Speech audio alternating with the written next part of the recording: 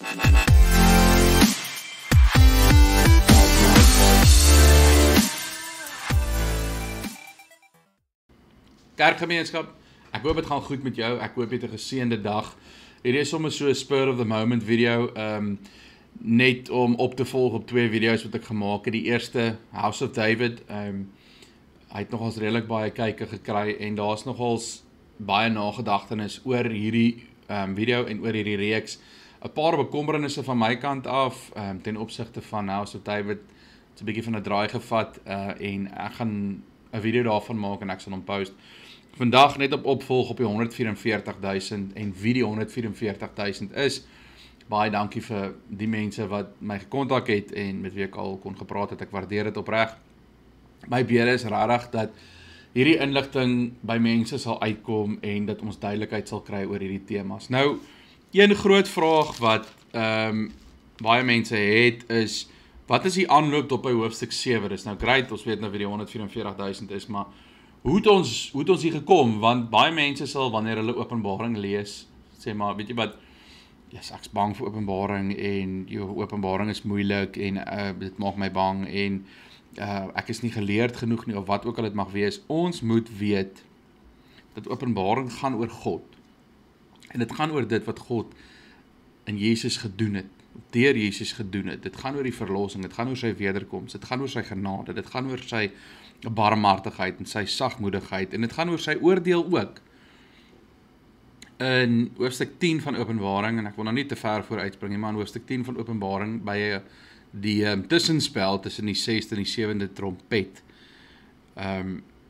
word Johannes 'n boekie gegee, 'n klein boekie, en hierdie boekie is soet soos heuning in sy mond, maar bitter in sy maag. Die woord van God is soet soos heuning, met ander woorde, dit wat ons daarin kry is soet, dit is wonderlik, is pragtig, maar net so soet soos wat dit kan wees, wanneer dit die maag tref, kan dit ook bitter wees, moet dit ook bitter wees, want die oordeel van God kom. So, dis baie belangrik, dat ons dit moet weet. Nou, die eerste 3 hoofstukke van Openbaring, net 'n vinnige aanloop, tot waar ons gekom het by hoofstuk 7. Die eerste 3 hoofstukke van Openbaring, Openbaring 1, 2 en 3, behalwe vir die groet en die inleiding, gaan dit oor die 7 briewe aan die 7 gemeentes. Nou dit is briewe of hoofstukke wat op die aarde is, en dan van die aarde af gaan ons na die hemel toe in hoofstuk 4 en hoofstuk 5, en dit is troonvisioene. Hoofstuk 4 gaan oor God wat op sy troon sit, en dan word hierdie wonderlike skildery vir ons geteken van hoe dit rondom die troon lyk. Daar's 24 ouderlinge en hulle is in wit geklee en hulle het goue krone op, hulle is in wit geklee, want hulle is verlos. Ons sal later daarby uitkom om te weet dat die ouderlinge is die kerk in sy totaliteit. Hulle is in wit geklee omdat hulle verlos is, hulle het hulle goue krone want hulle het die oorwinning behaal met God se genade. En dan ook die 4 lewende wesens en hulle elke een lyk uniek. En hulle het 6 vlerke en hulle is vol oë en almal sing lof, eer en heerlikheid en almal bring lof, eer en heerlikheid aan God. So hoofstuk 4, hoofstuk 5 nog steeds in die troonkamer. En dit gaan oor Jesus. En dit gaan oor die lam wat geslag is. Dit is wat Johannes sien, wat hy hoor, soos wat ons gister ook gesê het met die 144.000, wat hy hoor is die leeu uit die stam van Juda, wat hy sien is die lam wat geslag is. So wat hy hoor en wat hy sien is 2 verskillende dinge. En ons sien dit ook deurloop. En dan hoor ons in hoofstuk 5 dat Jesus is waardig, die lam wat geslag is waardig om die seël, of om die boekrol oop te maak met die 7 seëls, en dit is belangrik dat ons dit weet, en dan, dis nou hoofstuk 5, hoofstuk 6, begin die seëls dan oopgemaak word.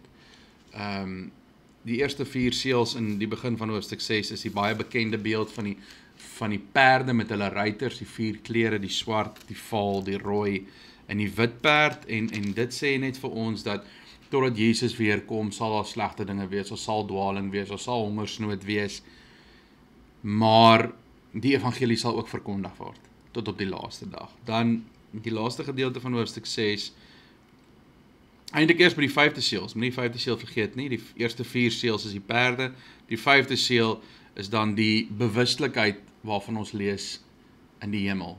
Die siele onder die altaar wat uitroep, hoe lank nog, getroue heerser, voordat die oordeel voltrek. So daar's 'n bewussyn. Dan met die 6de seël is die lot van die ongelowiges, dit wat met hulle gaan gebeur, wat nie in God glo nie, wat nie bekeer nie, wat nie wegdraai van die sonde af en terugdraai na God toe nie. En dan aan die einde van hoofstuk 6 word hierdie vraag gevra, wie sal staande bly? En in hoofstuk 7 word dit beantwoord. Hulle wat gemerk word met die naam van God op hulle voorkop, hulle wat die seël van God ontvang, en ons weet die seël is die naam van God, ons leer dit in Openbaring 14, so gaan check my op en lees dit. So dit is die eerste 6 seëls, hier by hoofstuk 7 is dit die tussenspel, en dan by hoofstuk 8 het ons die 7de seël wat oopgemaak word, dit is dan die stilte, eintlik die stilte voor die storm, die stilte voor die finale oordeel, en dan met die 7de seël is dit die eerste trompet. Nou, dalk sê jy, wat? Hoe is dit die 7de seël en die eerste trompet? Ek moet onthou dat die reeks van 7 is, die 7 seëls, die 7 trompette en die 7 bakke van wraak, is dieselfde gebeurtenisse, dit gaan oor die oordeel, dit gaan oor die dinge van die laaste tye, die laaste dae, maar is ingeweef by mekaar. So dit is nie 7 seëls en dan die 7 trompette en dan die goue bakke of die bakke van wraak nie. Dit is die 7 seëls, die 7 trompette en die 7 bakke van wraak, maar dit speel, dis dieselfde gebeurtenisse, maar dit gaan oor die oordeel wat intensifiseer. So, gaan lees dit so bietjie, dit is regtig, dis awesome om dit te lees. En ek gaan verder gaan, soos ek sê, hier is dit 'n spur of the moment video. Ek gaan verder gaan en ek gaan dit meer ontleed en ek sal 'n langer video maak. Maak tyd met Openbaring. Moenie bang wees vir Openbaring nie. En lees